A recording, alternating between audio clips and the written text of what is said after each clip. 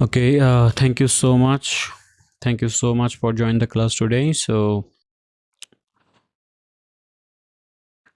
আমরা আজকে জাস্ট এখান থেকে শুরু করতেছি, ঠিক আছে? সো আমাদের সানডে আমাদের আজকে আছে হলো true false not given and হচ্ছে গ্যাপ ফিল অ্যান্ড হচ্ছে স্পিকিং। ওকে, আচ্ছা, তো গ্যাপ ফিলের টেবিল যেটা আছে টেবিলটা আমরা পরে করব, আগে আজকে সামারিটা করব, ঠিক আছে? সামারিটা আজকে করব, দেন টেবিল যেদিন সামারি আছে সেদিন টেবিলটা করব রিডিংয়েরই। তো দেখেন যে ট্রু ফলস নট গিভেন দিয়ে স্টার্ট করব অ্যান্ড হচ্ছে গ্যাপ ফিল, তারপর করব হচ্ছে স্পিকিং। ওকে, আচ্ছা, তাহলে ট্রু ফলস নট গিভেন যদি আমরা সলভ করতে চাই তাহলে ট্রু ফলস নট গিভেন কি সেটা আগে ভালো করে বুঝতে হবে। যে এবং দেখেন যে ট্রু ফলস নট গিভেন এর টাইপের কোয়েশ্চেন কিন্তু আমাদের আসবেই মাস্ট। এবং দেখেন যে গতকাল যেই এক্সামটা হলো সেটাতেও মনে করেন যে ট্রু ফলস নট গিভেন আসছে ফার্স্ট পার্টে, অ্যান্ড হচ্ছে ইয়েস নট গিভেন আসছে হচ্ছে আপনার প্যাসেজ থ্রিতে, আর গ্যাপ ফিল আসছে, তাই না? সো এই গ্যাপ ফিল আর ট্রু ফলস নট গিভেন এটা কিন্তু প্রায় আপনার এক্সামে থাকবে। সো আজকে রুটিনটা এভাবেই তৈরি করা যে গ্যাপ ফিল অ্যান্ড হচ্ছে true false not given. So এটা হচ্ছে আপনার ফার্স্ট পার্টে আপনারা এটা পেয়ে যাবেন, মনে করেন যে এটা কমন পাবেন, এরকম একটা ব্যাপার। তো ইয়েস তো নট গিভেন বা ট্রু ফলস নট গিভেন মিলিয়ে যে টোটাল হচ্ছে আপনার 11টা 12টা কোয়েশ্চেন থাকতে পারে। তো এইখান থেকে যেন ভুল না হয় সেই জন্য আমাদের ট্রু ফলস নট গিভেন বেশ ভালো করেই করতে হবে।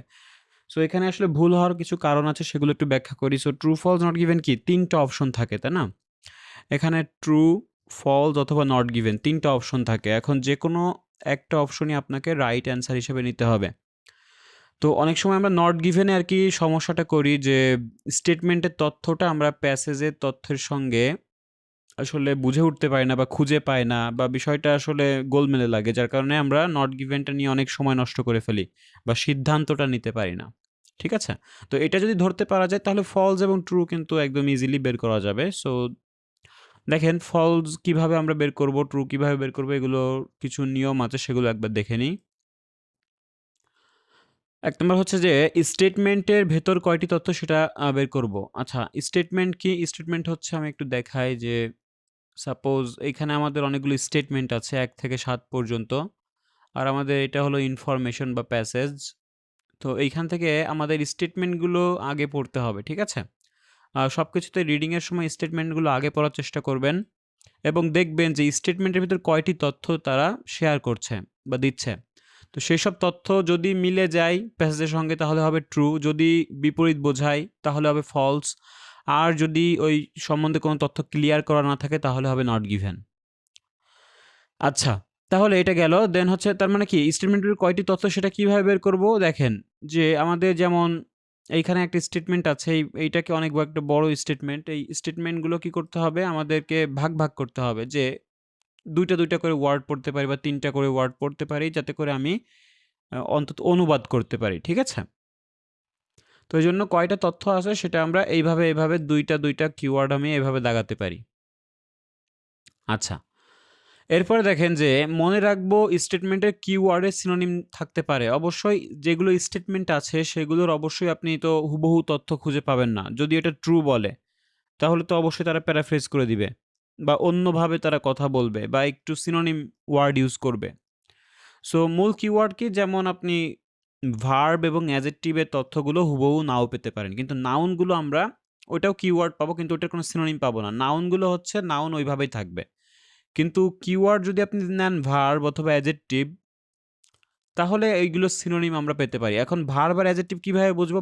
ভার্ব হচ্ছে কোনো কিছু করা, ক্রিয়া। আর অ্যাডজেক্টিভ হচ্ছে কোনো কিছু দোষ, গুণ, অবস্থা, সংখ্যা, পরিমাণ। এগুলো হচ্ছে অ্যাডজেক্টিভ। আচ্ছা, এরপরে দেখেন যে মোর, মোস্ট, মাস্ট, ফিউ, দেন, অনলি। কি? মোর, মোস্ট, মাস্ট, ফিউ, দেন, অনলি ইত্যাদি জোরমূলক ওয়ার্ড, মানে এগুলো এমপ্যাসিস মূলক যেসব শব্দ আছে বা ভোকাবুলারি আছে এগুলো দিয়ে কি করা হয়? একটা বাক্যকে ওইখানে প্রেশার ক্রিয়েট করে বা জোর প্রদান করে। তাহলে যেমন মোর অ্যান্ড মোর পিপল মানে আরো বেশি মানুষ, মোস্ট অফ দ্য পিপল বেশিরভাগই মানুষ, মাস্ট পিপল মাস্ট মানে অবশ্যইকে জনগণকে অবশ্যই মানে মাস্ট মানে কি একটা বাধ্যকতা বোঝায়। ফিউ মানে কম, দেন মানে তুলনায়, অনলি মানে একমাত্র, ঠিক আছে? এরপরে যেসব ওয়ার্ড বসবে সেইখানে আমরা হলো জোর ফোকাস দিব, ঠিক আছে? যদি এগুলো প্যাসেজে থাকে তাহলে ট্রু দিব, আর যদি এগুলো না থাকে তাহলে নট গিভেন। সাপোজ এই ওয়ার্ড যুক্ত কোনো স্টেটমেন্ট আপনি পড়লেন, স্টেটমেন্টে এই ওয়ার্ডগুলো আছে এবং প্যাসেজেও আপনি ওই তথ্যগুলোর সঙ্গে এই ওয়ার্ডগুলো পাচ্ছেন, তাহলে আপনি কি দিবেন? ট্রু দিবেন। আর যদি দেখেন যে এই সব ওয়ার্ড যুক্ত আপনার স্টেটমেন্টেই বলেছে শুধু কিন্তু প্যাসেজে বলছে না, তার মানে ওটা হবে নট গিভেন। আচ্ছা, এরপরে দেখেন যে স্টেটমেন্টের যে কোনো একটি তথ্য মিসিং থাকলে নট গিভেন। সো আমি দেখব যে স্টেটমেন্টের সমস্ত তথ্য প্যাসেজে বিদ্যমান আছে কিনা। যদি থাকে তাহলে তো কিছু হবে না, ট্রু হতে হবে বা ফলসও হতে পারে যদি বিপরীত বোঝায় থাকে। কিন্তু যদি ওই বিষয়টা ক্লিয়ার কোনো মানে কোনো একটা তথ্য, যে কোনো ছোট্ট একটা তথ্য হলেও যেটা আসলে একটু গুরুত্ব বহন করে, তো সেটা যদি মিস থাকে তাহলে নট গিভেন হবে। এখন অনেকেই আমরা মনে করি যে নট গিভেন মানে একেবারেই তথ্য থাকে না। তো নট গিভেন মানে যে একেবারেই তথ্য থাকবে না, এটা একদম ভুল ধারণা। ঠিক আছে? কিছু তথ্য থাকবে, হয়তো কিছু তথ্য নাও থাকতে পারে, এভাবেও হতে পারে। আচ্ছা, স্টেটমেন্টের তথ্য পরিবর্তন হলে নট গিভেন। আচ্ছা, এটা কেমন? যেমন আমি একটা উদাহরণ দিই যে একটা সাপোজ একটা ব্যক্তিকে নিয়ে বলা হচ্ছে, যেমন রহিম সাহেব একজন শিল্পপতি। আবার প্যাসেজে আছে হলো রহিম সাহেব একজন বা রহিম সাহেবের বয়স ৪০। তাহলে এই যে রহিম সাহেব নিয়ে তথ্য যে স্টেটমেন্টে দিল যে সে যে শিল্পপতি বা তার পেশা সম্বন্ধে তথ্য দিল, কিন্তু প্যাসেজে দিল হচ্ছে রহিম সাহেব একজন রহিম সাহেব একজন হচ্ছে বা রহিম সাহেবের বয়স হলো ৪০। তার মানে তার বয়সের কথা বলতেছে। মানে রহিম ব্যক্তি ঠিক আছে, কিন্তু তার বয়স নিয়ে তথ্য দিচ্ছে। তার মানে তথ্যটা পরিবর্তন হচ্ছে বা ভিন্ন তথ্য বোঝাচ্ছে। ঠিক আছে? তাহলে কি হবে? একই বিষয় কিন্তু আসলে ভিন্ন তথ্য দিল। যার কারণে কি হবে? যার কারণে হবে হলো এটা নট গিভেন। যদি তথ্য পরিবর্তন হয়ে বিপরীত বোঝাতো, তাহলে ফলস। দেখেন তথ্য ২ ভাবে পরিবর্তন হতে পারে। এক হচ্ছে ওই ব্যক্তিকে ঠিক রেখে বা সাবজেক্ট ঠিক রেখে অন্য বিষয়ে কথা বলা, যেটা একটু আগে উদাহরণ দিলাম। আর একই বিষয়, যেমন রহিম সাহেবের বয়স ৪০, পেজে আছে রহিম সাহেবের বয়স ৪৫। তার মানে কি? তথ্যটা একদম মানে একই বিষয়, তথ্যটা বিপরীত হয়ে গেল না? তখন কি হবে? তখন হবে অবশ্যই ফলস। তার মানে ফলস হতে গেলে কি হচ্ছে? একই বিষয়ে তথ্যটা কন্ট্রাডিক্ট করতে হবে বা সাংঘর্ষিক বোঝাতে হবে। আর এইখানেও তথ্য পরিবর্তন হবে, কিন্তু সেটা ভিন্ন বিষয়ে কথা বলবে। ঠিক আছে? ওকে, সো এই বিষয়গুলো মাথায় রেখে আমরা একটু কমপ্লিট করি। বিষয়টা দেখি কিভাবে আমরা করতে পারি।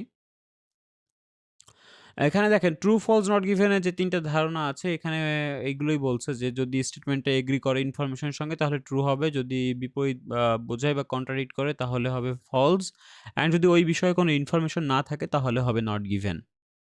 আচ্ছা, তাহলে এটা আমরা একটু স্টার্ট করি দে বলা হচ্ছে যে অন লিভিং স্কুল, স্কুল ত্যাগের পর Moore Moore did what his father wanted him to do. তো মুর করেছিল যা তার বাবা তাকে বানাতে চেয়েছিল। তাহলে স্কুল ত্যাগের পর আপনি দেখবেন যে মূল বিষয়টা হলো স্কুল ত্যাগের পর এই কথাটা কোথায় আছে? তারপরে আমরা এটা খুঁজে পাবো যে মুর করেছিল যা তার বাবা চেয়েছিল। এখন আমার প্রশ্ন হচ্ছে যে মুর কি আসলেই তার বাবার ইচ্ছাটা পূরণ করেছিল কিনা? তাহলে আপনি সবগুলো পড়লে কিন্তু সময় নষ্ট হবে। সো স্কুল ত্যাগের পরের কথাটা কোথায় আছে সেটা আমাদের দেখতে হবে। ঠিক আছে? এখানে বলা হচ্ছে দেখেন যে আফটার লিভিং স্কুল, দেখেন আফটার লিভিং স্কুলের কথা এখানে আছে। তাহলে স্কুল ত্যাগের পর মুর আশা করেছিল বিকাম এ স্কাল্পটর, সে হবে হলো একজন ভাস্কর্যকারক। ঠিক আছে? মানে স্কাল্পটর হচ্ছে যে মানে মূর্তি-টূর্তি বানায় বা ভাস্কর্য বানায় এটা। তাহলে মুরের আশা ছিল কি সে একজন স্কাল্পটর হবে। বাট কিন্তু দেখেন instead of he compiled with his fathers wishes, আচ্ছা, তো ইনস্টেড হি, তাহলে সে এর পরিবর্তে কি করেছিল? তো পরিপূর্ণ করেছিল তার বাবার উইশ মানে ইচ্ছা, that he train as a school teacher. তার মানে কি দেখেন যে মুর কি করেছিল? মুর আশা করেছিল যে সে একজন স্কাল্পটর হবে, কিন্তু সে সেটা না হয়ে কি করেছিল? তার বাবার ইচ্ছা পূরণ করেছিল। সে কি হয়ে? স্কুল টিচার হয়ে। তার মানে তার বাবার ইচ্ছা ছিল অবশ্যই সে স্কুল টিচার হবে এবং সে কিন্তু সেটাই করেছিল। তার মানে কি? আমরা প্রশ্নে যেটা দেখতে পাচ্ছি, স্টেটমেন্টে বলা ছিল যে মুর করেছিল যা তার বাবা করতে চেয়েছিল। তার মানে কি? কথাটা মিলে যাচ্ছে। তো তথ্য যখন মিলে যাবে তখন কি হবে? অবশ্যই এটা ট্রু হবে। তাই না? তাহলে অ্যান্সার হবে ট্রু। আর ট্রু হলে আমরা এখানে লিখে দিব টি।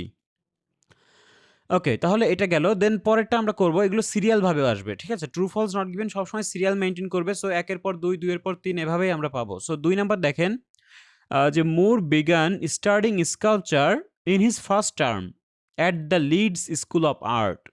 তাহলে মুর কি করেছিল? পড়াশোনা শুরু করছিল স্কাল্পচার নিয়ে তার প্রথমার্ধে। তার মানে ১ম বর্ষে সে কি করেছিল? সে স্কাল্পচার নিয়ে পড়াশোনা শুরু করেছিল। কোথায়?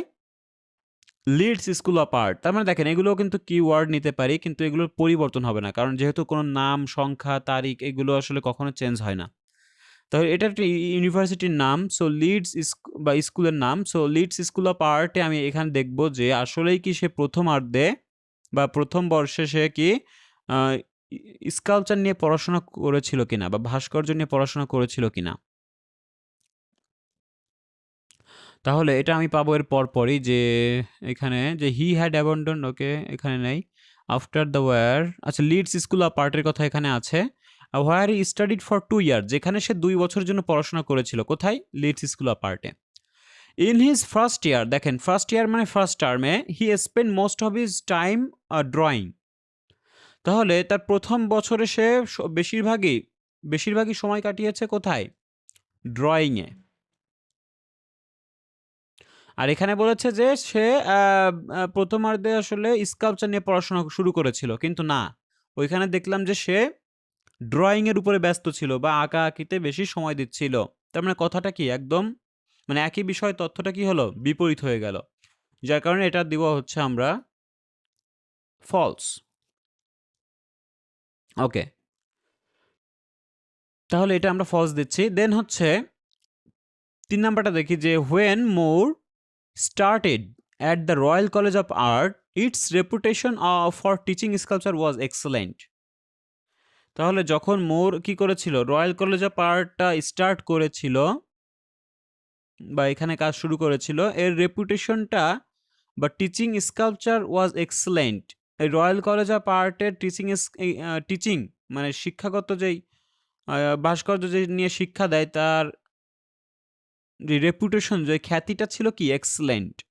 তাহলে কিসের? যে রয়্যাল কলেজ অফ আর্টেরই আসলে টিচিং স্কাল্পচারটা আসলে এক্সেলেন্ট ছিল কিনা সেটা একটু দেখি। তাহলে রয়্যাল কলেজ অফ আর্টের কথা কোথায় আছে সেখানে আমাকে যেতে হবে।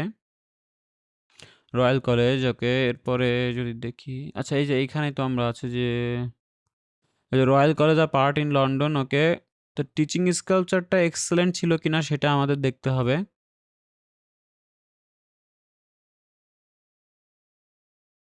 আচ্ছা দেখেন এখানে রয়্যাল কলেজ অফ আর্ট নিয়ে কথা বলা হয়েছে, কিন্তু টিচিং স্কাল্পচারটা এক্সেলেন্ট ছিল কিনা এটা এই প্যারাতেও নেই, এই প্যারাতেও নেই, এবং আমরা সর্বোচ্চ ২টা প্যারা পড়বো। ঠিক আছে?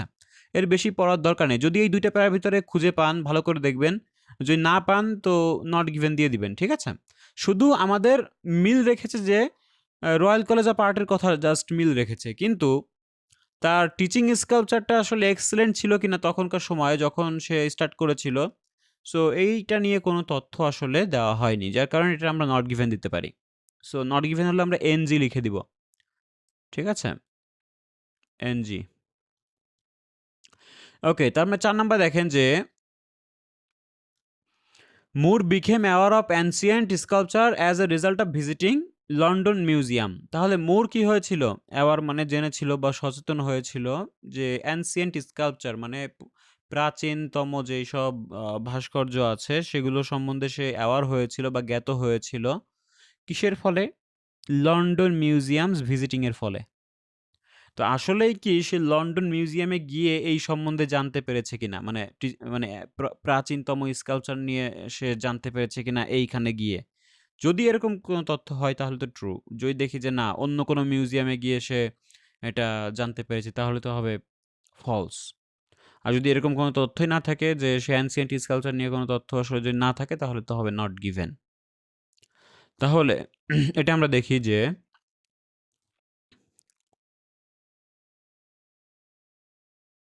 আফটার গ্র্যাজুয়েটিং আচ্ছা 19 ভিজিটেড ট্রোকাড্রো মিউজিয়াম। আচ্ছা লন্ডন মিউজিয়ামের কথাটা এর উপরে আছে। সরি আমরা এইখানে চলে গেছিলাম। সো নট গিভেন যখন হবে তারপরে এটা বাদ দেওয়ার দরকার নেই। ওইটা পরবর্তী পড়ে যাবেন। ঠিক আছে? Alongside instruction he received Royal College Moore visited many of the London museums. তো সে কি করেছিল? অনেক লন্ডন মিউজিয়াম ভিজিট করেছিল। particularly British Museum which had a wide range of collection of ancient sculpture. তাহলে বিশেষ করে সে ব্রিটিশ মিউজিয়াম ভিজিট করেছে যেখানে কিনা সে ওয়াইড রেঞ্জ মানে তো ব্যাপক পরিমাণ একটা কালেকশন রয়েছে বা সংগ্রহশালা রয়েছে অফ অ্যানসিয়েন্ট স্কাল্পচারের। তার মানে দেখেন ব্রিটিশ মিউজিয়ামে যাওয়ার ফলে কিন্তু সে অ্যানসিয়েন্ট স্কাল্পচার নিয়ে সে জানতে পেরেছে। During this visit he discover the power and beauty of ancient Egyptian African sculpture. So এই ভিজিটিংয়ের ফলেই কিন্তু সে এর সৌন্দর্য এবং শক্তিশালী বিষয়টা সে কি করেছে? আয়ত্ত করতে পেরেছে, ডিসকভার করতে পেরেছে। তার মানে কি? অবশ্যই সে লন্ডন মিউজিয়াম ভিজিটিং এর ফলেই কিন্তু সে এটা করতে পারছে বা জানতে পেরেছে। ওকে, সো ডিসকভার মানে হচ্ছে অ্যাওয়ার হওয়া। সো এটা একটা সিনোনিম ব্যবহার করেছে তারা। তো যাই হোক আমরা ৪ নাম্বারটা দিব ট্রু। এরপরে দেখেন যে the Trocadero museums Mayan sculpture attract a lot of public interest. তাহলে ট্রোক্যাড্রো মিউজিয়াম মায়ান স্কাল্পচারটা কি করে? এ লট অফ পাবলিক ইন্টারেস্টকে অ্যাট্রাক্ট করে। মানে আপনার হচ্ছে আকর্ষিত করে। ঠিক আছে? সো আমি দেখব যে ট্রোক্যাড্রো মিউজিয়ামের যে মায়ান স্কাল্পচার আছে বা মায়ান ভাস্কর্যটা আছে সেটা কি আসলেই পাবলিক ইন্টারেস্টকে আসলে অ্যাট্রাক্ট করে কিনা?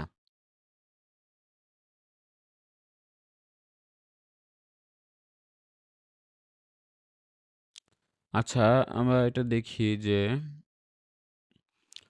ট্রোক্যাড্রো museum Paris impressed by Mayan sculpture দিয়ে সে ইমপ্রেসড হয়েছিল। আ এখন দেখব যে পিপলদের ইন্টারেস্টকে সে অ্যাট্রাক্ট করে কিনা মায়ান স্কাল্পচার সেটা নিয়ে দেখি। ইট ওয়াজ মেইল ওকে।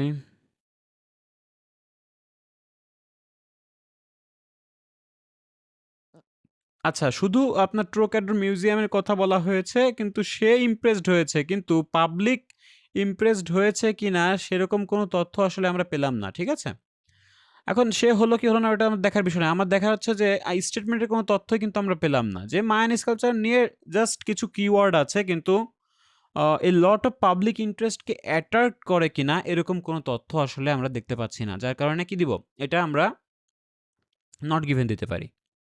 ওকে, এরপর দেখেন যে Moore thought the Mayan sculpture was similar in certain respect to other stone sculpture. তো আ আচ্ছা দেখেন তাহলে মুর কি হয়েছিল যে মুর ভেবেছিল মুর ভেবেছিল যে মায়ান স্কাল্পচারটা আসলে কিছু বিষয়ের দিক থেকে মিল আছে। অন্যান্য স্টোন স্কাল্পচারের কাছে মিল আছে বা সিমিলার বা সাদৃশ্য আছে। তো দেখব যে আসলে সে এটা ভেবেছিল কিনা। Mayan sculpture Moore became fascinated with this stone sculpture ঠিক আছে which had a power and originality no other stone sculpture possessed। দেখেন এখানে যেটা বলেছে যে স্টোন স্কাল্পচার যেটা কিনা যেখানে which he thought সে ভেবেছিল had a power and originality এবং এর কি ভেবেছিল যে এটা একটা অনন্য হবে। যে no other stone sculpture possessed মানে অন্য কোনো স্কাল্পচার এটা বহন করে না। তাই না? তার মানে সে ভেবেছিল এটা একমাত্র অরিজিনালিটি মানে এটা একদম মূল ভিত্তি যা কিনা অন্য কোনো স্টোন স্কাল্পচারে এটা নেই। সে এটা ভেবেছিল। আর এখানে বলেছে যে সে ভেবেছিল যে সিমিলার একই। তো একই জিনিস একরকম আর ইউনিক জিনিসটা আলাদা। তার মানে ২ টা আসলে বিপরীত তথ্য। সিমিলার বলছে এখানে আর ওখানে বলছে no other stone sculpture possessed মানে ২ টা একদম বিপরীত বোঝাচ্ছে, তাই না? তো তার চিন্তাভাবনাকে চিন্তা করেছিল সবই ঠিক আছে কিন্তু এইখানে জাস্ট একটা অল্টারনেটিভ বা বিপরীত তথ্য দিয়ে দিয়েছে যে সিমিলার বলছে আর ওখানে বলছে যে ইউনিক। তো যাই হোক ২ টা যেহেতু মিলছে না যার কারণে কি হবে এটা সাংঘর্ষিক হচ্ছে এর জন্য এটা ফলস হতে হবে। ঠিক আছে? ফলস দিলেও আমাদের অ্যান্সার হয়ে যাবে। আচ্ছা এরপরে দেখেন নাম্বার 7 যে আর্টিস্ট হু বিলংড টু ইউনিট 1 আচ্ছা, যে সকল আর্টিস্ট আসলে ইউনিট 1 এর wanted to make modern art and architecture more popular। তাহলে যেসব আর্টিস্ট অ্যান্ড যারা কিনা ইউনিট 1 এর আর্টিস্ট, তারা কি চেয়েছিল? মডার্ন আর্ট এবং আর্কিটেকচারকে আরো পপুলার করতে চেয়েছিল। ঠিক আছে?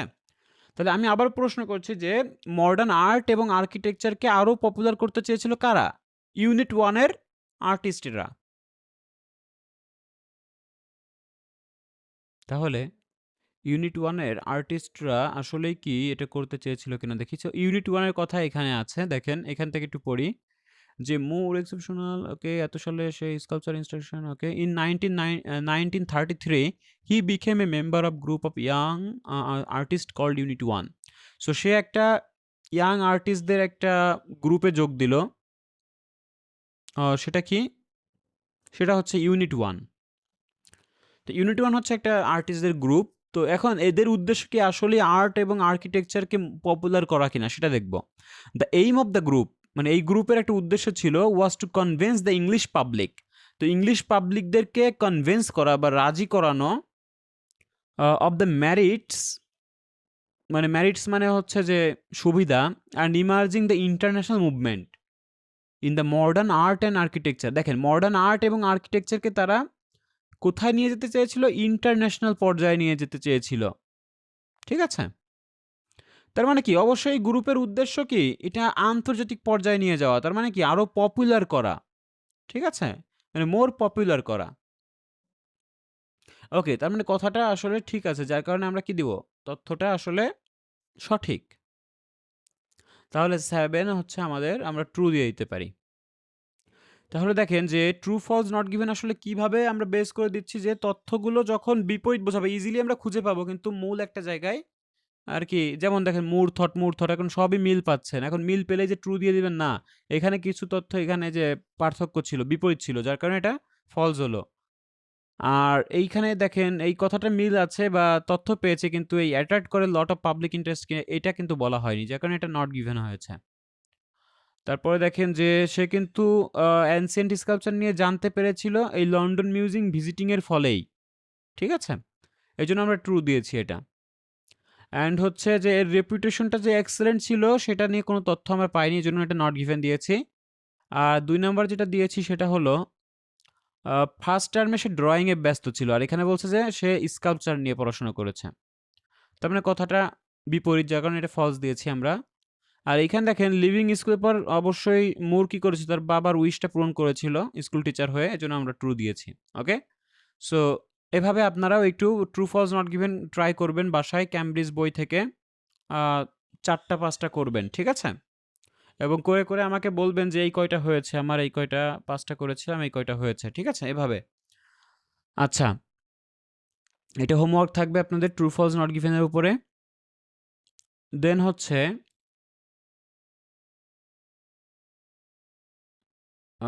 আমরা হচ্ছে ইয়ে করব। আমরা হচ্ছে আরেকটা করব, সেটা হচ্ছে একটা গ্যাপ ফিল করব, সামারি।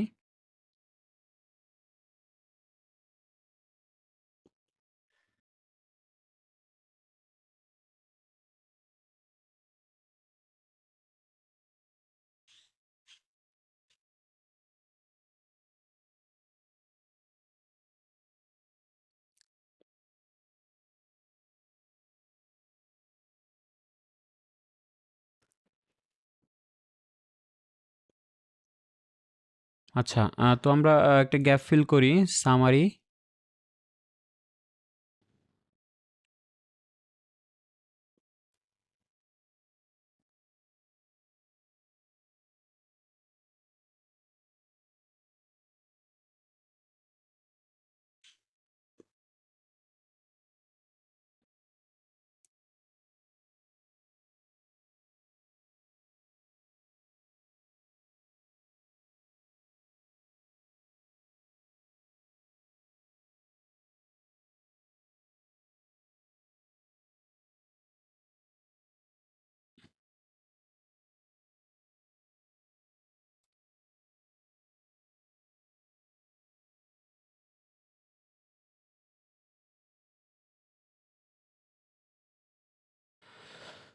আচ্ছা দেখেন, তো এটা গ্যাপ ফিল যেটা আমরা করব সেটা হচ্ছে আগে আমরা কিছু টিপসগুলো জেনে নিই যে গ্যাপ ফিলের যে ১ নাম্বারে তথ্য আছে যে মিলে গেলে কেটে দিব। ঠিক আছে? তো দেখেন গ্যাপ ফিলটা আসলে কেমন যে আমাদের কিছু গ্যাপ দেওয়া থাকবে। সামারির সময় সামারি করতে হবে। সো দেখেন সামারি যেটা করবেন যে টোটাল একটা ভাবার্থ কিন্তু এটা আসলে বড় একটা টোটাল প্যাসেজের উপরে কিন্তু আসবে না। যেকোনো আ একটা অংশ থেকে তারা সামারি করতে পারে। তো আপনার যদি প্যাসেজ হয় হচ্ছে এভাবে যদি সেপারেট হয় যেমন A, B, C, D এভাবে যদি ভাগ করা থাকে প্যাসেজ যেমন এর ভেতরে একটা প্যারা, বির ভেতরে একটা প্যারা, সির ভেতরে একটা প্যারা। তার মানে বুঝে নিবেন যে যেকোনো একটা প্যারা থেকেই অ্যান্সার হবে। তার মানে যেকোনো একটা লেটারের ভেতর থেকে অ্যান্সার হবে। প্রত্যেকটা প্যারা থেকে অ্যান্সার হবে না। ঠিক আছে? আচ্ছা, তার মানে যেকোনো একটা প্যারা থেকেই আমরা অ্যান্সার পাবো। কিন্তু একটা জাস্ট ১ম টা জাস্ট বের করতে হবে যে এটা কোথা থেকে প্রশ্ন করেছে। তারপর কিন্তু আমরা 1 বাই 1 পেতে থাকবো। সো এখানে 1 ওয়ার্ড অনলি একটা মাত্র ওয়ার্ড আমরা ব্যবহার করতে পারবো। ঠিক আছে? এটা আমার ইনস্ট্রাকশন দিচ্ছে। তো এটা আসলে দেখা যাক কিভাবে আমরা এটা করি। যে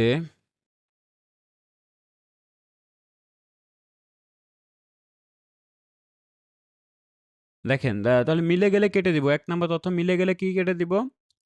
সেটা হচ্ছে আপনার যে দেখেন এই যে তথ্যগুলো যে মিলে যাবে, বুঝছেন? এই যে এই তথ্য ড্যাশের আগে পরে যেসব তথ্য আছে এগুলো কি করবে? আমাদের এইগুলো মিল পাবো। কিছু, কিছু অংশ আমাদের মিল থাকবে।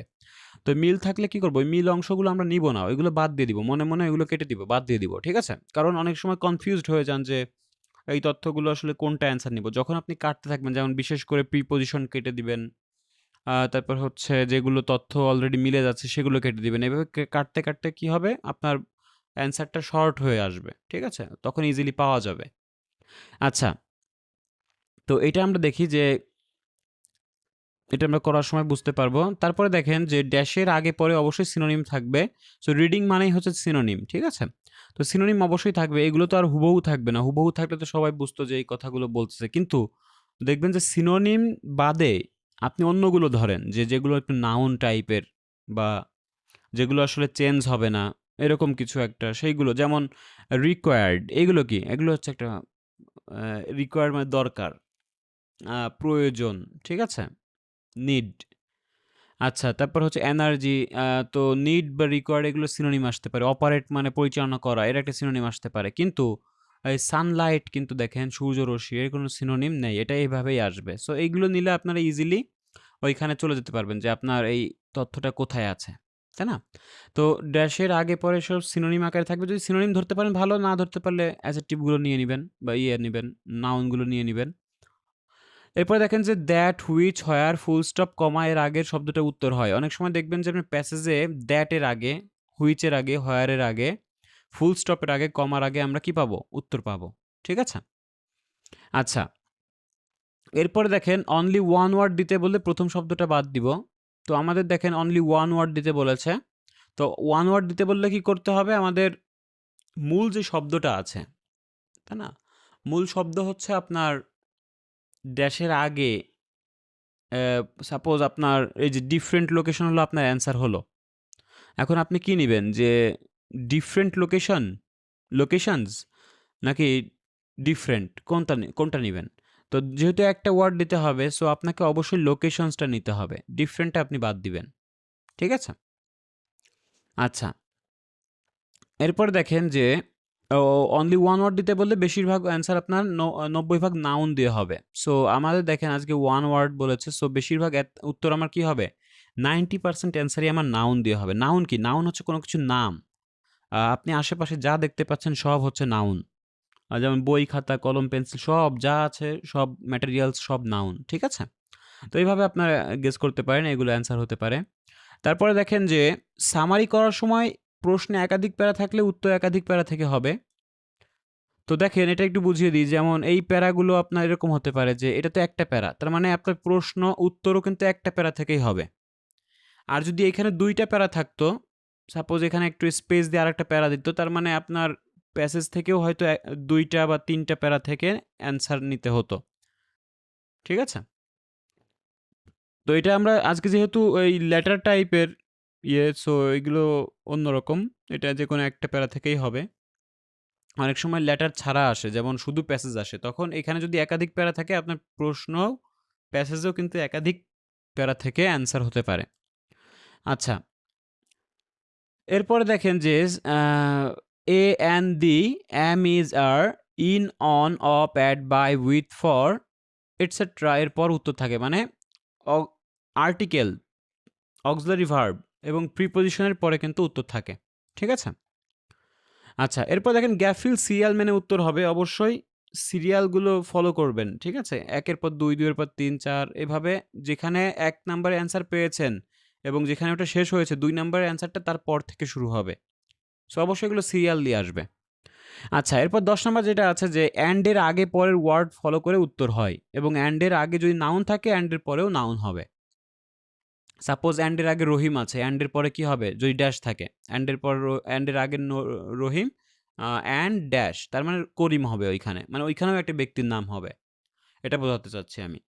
ঠিক আছে? সো যেই টাইপের যেই ক্যাটাগরির কোয়েশ্চেনের যেই ক্যাটাগরির অ্যান্সার হবে সেই ক্যাটাগরি সেম ক্যাটাগরির একটা আরেকটা অ্যান্সার হবে ড্যাশে। আচ্ছা, সীমানা নির্ধারণ করে নিলে সহজ হবে। এটা একটু বলে নিই। সীমানা নির্ধারণ করে নিলে কি হবে? যেমন আপনি যদি অনেক সময় খুঁজে না পান যারা, তো যেমন ২১ নম্বরের তথ্যটা আপনি কখন পাবেন? যখন water fed into a pipe এই কথাটার আগ পর্যন্ত ২১ নম্বরের তথ্যটা আপনি পাবেন। বা ওইটাই আপনার সীমানা যে এই পাইপের আগ পর্যন্ত আপনার যাওয়া যাবে না। পাইপটাকে ক্রস করা যাবে না।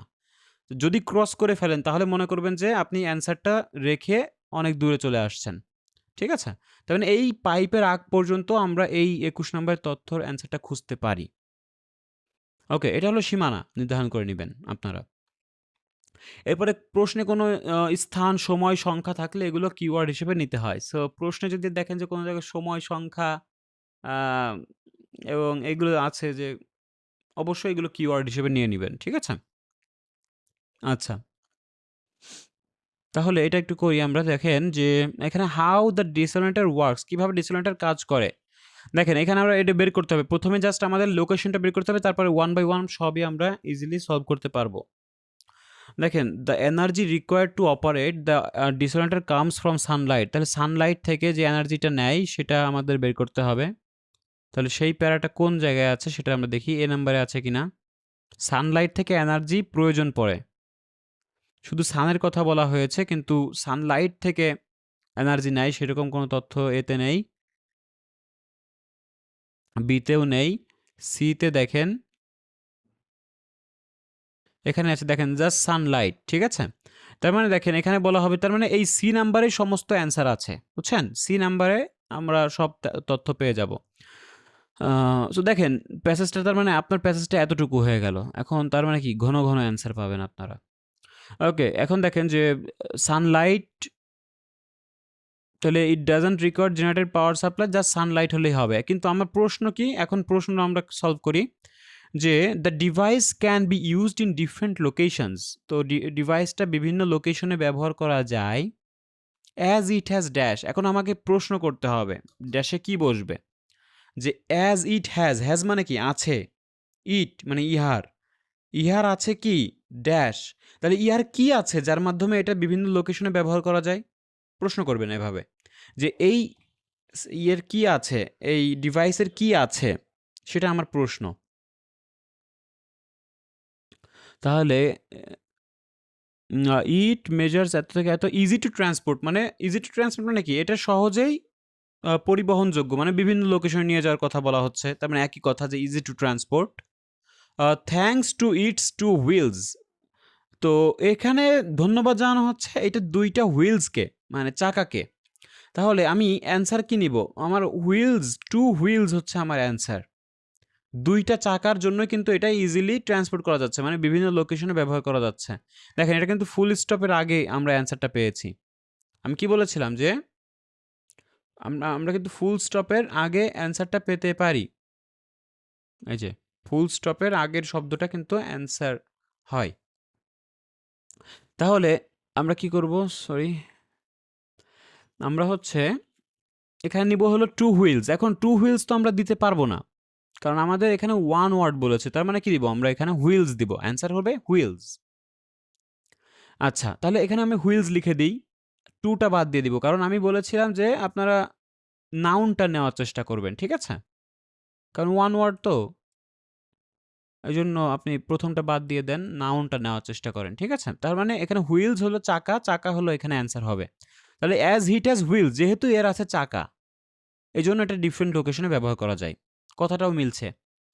এরপরে দেখেন যে water is fed into a pipe. ওয়াটারটা পাইপ দ্বারা যায় অ্যান্ড এ ড্যাশ। এখন অ্যান্ড দ্বারা যুক্ত বাক্য আমি কি বলেছিলাম যে অ্যান্ড এর আগে যেই ওয়ার্ডটা ফলো হয় সেইভাবেই একই ধরনের ওয়ার্ড কিন্তু অ্যান্সার হবে।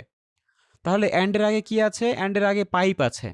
তো পাইপ হচ্ছে একটা বস্তুবাচক বিষয়। তো এরকমই একটা নাউন, পাইপ তো একটা নাউন। তো এরকমই একটা নাউন এখানে অ্যান্সার হবে যে পাইপের মতোই বা বস্তুবাচক বিষয় এখানে অ্যান্সার হবে।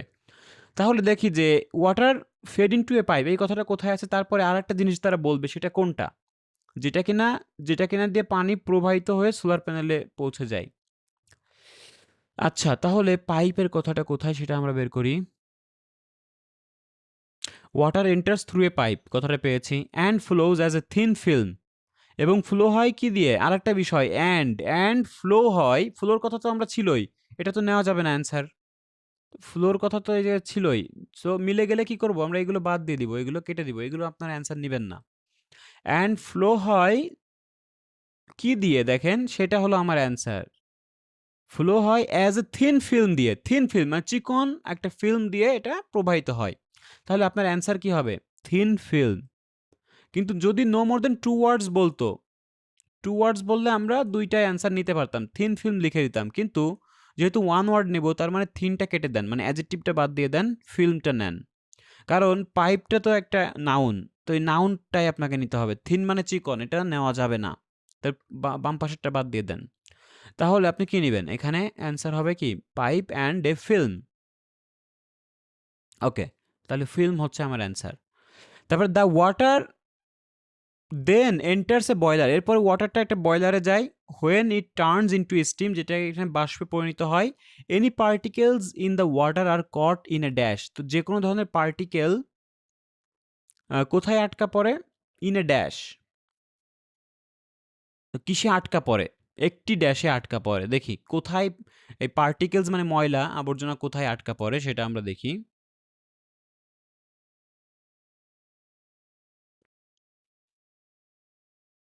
এখানে বলা হচ্ছে যে এই যে the warm water into a small বয়লারে যায়। এই কথাগুলো পরে দেখতে হবে। হোয়ার ইট কনভার্ট স্টিমে পরিণত হয়।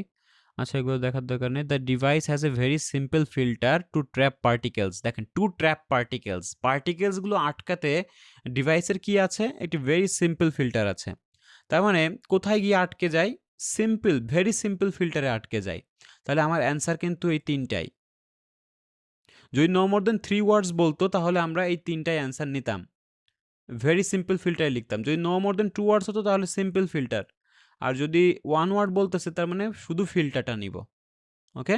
অ্যাডজেক্টিভগুলো কেটে দিবেন। এগুলো নিবেন না। 1 ওয়ার্ড বললে এই অ্যাডজেক্টিভগুলো বাদ যাবে। আচ্ছা তাহলে ফিল্টার হচ্ছে আমার অ্যান্সার। তাহলে এখানে কোথায় আটকা যায়? Caught in a dash. Trap মানেই কট। মানে আটকা পড়ে ইন এ ড্যাশ কোথায়? ফিল্টারে। ওকে তার মানে এখানে ফিল্টার লিখে দিব। এরপর দেখেন দ্য পিউরিফাইড ওয়াটার বিশুদ্ধ পানি comes out through one tube. আচ্ছা এখানে পিউরিফাইড বা বিশুদ্ধ পানি বেরিয়ে আসে একটা টিউব দিয়ে and all types of dash বেরিয়ে আসে অন্যটি দিয়ে।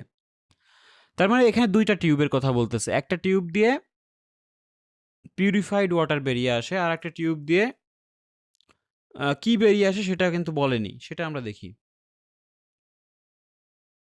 তো যেটা বলেনি সেটাই হলো উত্তর। তো এখানে দেখেন যে দেয়ার আর 2 টিউবস। হ্যাঁ ২টা টিউবস আছে লিকুইড কামিং আউটের জন্য।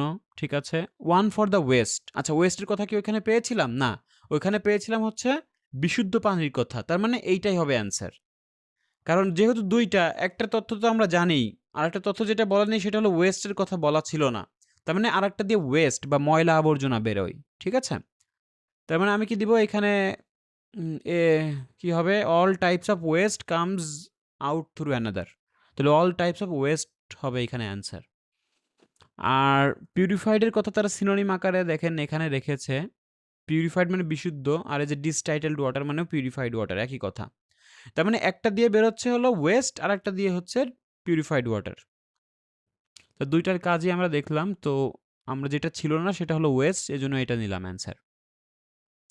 আচ্ছা, এরপরে দেখেন লাস্ট কোয়েশ্চেন, না ২ টা কোয়েশ্চেন আছে, লাস্ট ২ টা। যে স্ক্রিন, একটা স্ক্রিন আছে। একটা স্ক্রিন তো বুঝেন যে স্ক্রিন তো, হ্যাঁ, স্ক্রিন ডিসপ্লেস করে, মানে প্রদর্শন করে। একটা স্ক্রিন দেখায় বা প্রদর্শন করে the dash of the device. তো ডিভাইসের কোন বিষয়টা আসলে শো করে, দেখায়? ডিসপ্লেস মানে প্রদর্শন করে, ঠিক আছে? তাহলে ডিভাইসের কোনটা দেখায় সেটা আমরা দেখব যে the performance of the unit is shown. কি দেখেন, শন মানে দেখায়, মানে ডিসপ্লেস করে আমাদের এলসিডি স্ক্রিনে। তো এলসিডি স্ক্রিনে কি দেখায়? দ্য পারফরম্যান্স দেখায়। দেখেন এই যে আর্টিকেল করে নির্দিষ্ট করে দিচ্ছে যে দি দি পারফরম্যান্স, ঠিক আছে? পারফরম্যান্সটা হলো আপনার অ্যান্সার হবে। আর এটাও একটা নাউন। তাহলে আমরা কি দিব? পারফরম্যান্স হচ্ছে এখানে দিয়ে দিতে পারি যে screen displace the performance of the device and transmit the information to the company so that they know when the disorienter requires dash, এবং এইগুলো এই ইনফরমেশনগুলোকে ট্রান্সমিট করে টু দ্য কোম্পানির কাছে, যাতে করে তারা জানতে পারে যে কখন ডিসোনেটরের দরকার পড়ছে ড্যাশ। তাহলে রিকোয়ার্স মানে দরকার পড়ছে ড্যাশ, কি দরকার পড়ছে সেটা আমরা দেখি। The performance of the unit shown and transmit to the company which provide servicing when necessary. আচ্ছা, কি দরকার পড়ছে? Servicing when necessary. তো যখনই সার্ভিসিং দরকার পড়ছে তখনই, নেসেসারি মানে প্রয়োজন বা রিকোয়ার্ড। আর তার মানে কি, যেটা প্রোভাইড করে সার্ভিসিং যখন দরকার পড়ছে, তার মানে এটাই তারা জানায়, এটাই ট্রান্সমিট করে, ঠিক আছে? তার মানে সার্ভিসিং হলো আপনার অ্যান্সার, ঠিক আছে? তাহলে the company so that they know desalinator require servicing, so servicing এখানে আমরা লিখে দিব, ওকে? আচ্ছা, তাহলে গ্যাপ ফিলের মূল বিষয়টা কি, যে আমাদের এই বিষয়গুলো যদি একবার মাথায় রাখি তাহলে কিন্তু অ্যান্সারটা হয়ে যাচ্ছে, ওকে? আচ্ছা, তাহলে এটা আমরা একটু দেখি। তারপর এইভাবে আপনারা কি করবেন? গ্যাপ ফিলটাও একটু বাসায় করবেন, ঠিক আছে? এখন সামারি করার চেষ্টা করতে পারেন, এটাই ভালো হবে। তারপরে আমরা সামারি যেদিন আছে সেদিন আমরা টেবিলটা নিয়ে আলোচনা করব। ওকে, নো প্রবলেম। এখন দেখেন যে এইটা কাজ থাকলো, আর হচ্ছে ট্রু ফলস নট গিভেনের উপর কাজ থাকলো। আরেকটা বাড়তি কাজ দিব, সেটা হচ্ছে স্পিকিং। স্পিকিংয়ের ট্রাভেল টপিক একটা দিয়ে দিব, এটা একটু করে আসবেন। তো স্পিকিংয়ের ট্রাভেল টপিকটা খুবই গুরুত্বপূর্ণ। সো এখানে দেখেন কি কি কমন কিছু কোয়েশ্চেন আছে, এগুলো একটু পড়ে নিতে পারেন কি কি কোয়েশ্চেন আছে। দেন হচ্ছে এই যে লিঙ্কিং ওয়ার্ডগুলো এখানে কালার করে দেওয়া আছে, এগুলো লিঙ্কিং ওয়ার্ড। লিঙ্কিং ওয়ার্ড আপনারা বুঝতে পারবেন, শুধু এই যে এইগুলো একটু বুঝিয়ে দিচ্ছি এগুলো কি বলা হচ্ছে। দেখেন, তো পার্ট 1, পার্ট 2 এবং পার্ট 3 তিনটাই, ঠিক আছে? অনেকগুলো ওয়ার্ড ব্যবহার করা হয়েছে, ফ্রেজ ব্যবহার করা হয়েছে, যে ফ্রেজগুলো ইউজ করলে আপনাদের নাম্বারগুলো অনেকাংশে বৃদ্ধি পাবে, ঠিক আছে? সো খুবই কমন টপিক, চলে আসতে পারে। সো এগুলো থেকে একটা প্রশ্ন তারা করে। সো আপনারা চেষ্টা করবেন যেন খুব সুন্দরভাবে সমস্ত প্রশ্নের অ্যান্সার আপনার জেনে জেনে রাখার। সো স্পিকিংটা জাস্ট স্যাম্পল অ্যান্সারটা একটু বেশি বেশি ফলো করতে হবে, কারণ এখান থেকে আমরা অনেক বিষয়গুলো নিয়ে নেওয়ার চেষ্টা করব, ওকে? তো দেখেন এখানে বলা হচ্ছে it is what life is all about. এটাই আসলে বাস্তবতা বা এটাই জীবন, ঠিক আছে? এটা বোঝাচ্ছে। তো is what life is all about মানে এটাই বাস্তবতা বা এটাই জীবন। এরপরে হচ্ছে আপনার getting away from it all, মানে escaping in order to rest from a daily routine, মানে আপনি বেরিয়ে যাওয়া, মানে ডেইলি রুটিন থেকে বেরিয়ে আসা, ঠিক আছে? মানে গতানুগতিক জীবন থেকে বেরিয়ে আসা, getting away from it all. তাহলে I really like going to the countryside, আমি সত্যিই গ্রামে যেতে পছন্দ করি, বা রিয়েলি লাইক না বলে রিয়েলি লাভ বলতে পারেন। তারপর getting away it from it মানে আমার ডেইলি রুটিন থেকে বেরিয়ে যেতে, ঠিক আছে? অ্যান্ড হচ্ছে টুরিস্ট ট্র্যাপ মানে হচ্ছে আপনার যেই অনেক টুরিস্টের ভিড় বা সমাগম, ঠিক আছে? তাহলে এটা আমরা করতে পারি। তারপর হচ্ছে go off the beaten track. Go off the beaten track হচ্ছে আপনার যেখানে খুব কম মানুষ ভিজিট করে, ঠিক আছে? গো অফ দ্য বিটেন ট্র্যাক মনে রাখবেন। গো অফ দ্য বিটেন ট্র্যাক হচ্ছে যেখানে কম মানুষ ভিজিট করে বা যায়। আচ্ছা, এরপরে দেখেন প্লেসেস অফ ইন্টারেস্ট আছে। মানে প্লেসেস অফ ইন্টারেস্ট হচ্ছে যে মেমোরেবল জায়গা বা যেটা আসলে স্মরণীয় একটা জায়গা। ঠিক আছে? তো প্লেসেস অফ ইন্টারেস্ট মানে আপনার মেমোরেবল বা স্মরণীয় জায়গা বলতে পারেন। সেটারই একটা প্লেস অফ ইন্টারেস্ট বলা যায়। এরপরে দেখেন যে টুরিস্ট অ্যাট্রাকশন আছে। টুরিস্ট অ্যাট্রাকশন তো বুঝতেই পারছেন। টুরিস্ট অ্যাট্রাকশন যেটা বললাম, যেখানে আসলে অনেক একটু আগে যেটা বললাম tourist trap and tourist attraction মানে যেখানে যেসব টুরিস্ট স্পটে আসলে মানুষ বেশি ভিড় করতে চায় বা বেশি দেখতে চায়। ঠিক আছে? টুরিস্ট অ্যাট্রাকশন মানে অনেকগুলো স্পট আছে যেখানে। এটাকে বলা হয় টুরিস্ট অ্যাট্রাকশনস। এরপর দেখেন তাহলে এটা একটু ভালো করে পড়ে নিবেন যে do you like travelling? Yes I definitely. প্রথমে ক্লিয়ার করে দিবেন যে আপনি ভালোবাসেন কি বাসেন না। প্রথমে আপনাকে ক্লিয়ার করতে হবে। ঠিক আছে? তারপরে আপনি ওই বিষয় নিয়ে একটু বিস্তারিত ১-২ লাইন অ্যাড করবেন। তো এগুলো একটু শিখে রাখবেন। মিনিংটা করে দিলাম। এভাবে আপনারা একটু দেখবেন। ঠিক আছে? এরপরে দেখেন ট্রাভেল টপিকের একটা কিউ কার্ড যদি চলে আসে, তো বলা হচ্ছে হোয়েন ইউ ভিজিটেড ইট। এটা বলবেন যে কখন আপনি ভিজিট করেছেন, কোথায় অবস্থান, এবং কখন হু ইউ ওয়েন্ট উইথ, কার সঙ্গে গিয়েছিলেন এবং কোন বিষয়টা আপনি সবচেয়ে বেশি পছন্দ করেন। ঠিক আছে? তো কিউ কার্ডে তো আপনাকে ১ মিনিট সময় দিবে। এখন ১ মিনিটে আপনি ভেবে নিবেন যে এইগুলো আপনি সিরিয়ালি বলবেন। ঠিক আছে? বলার চেষ্টা করবেন।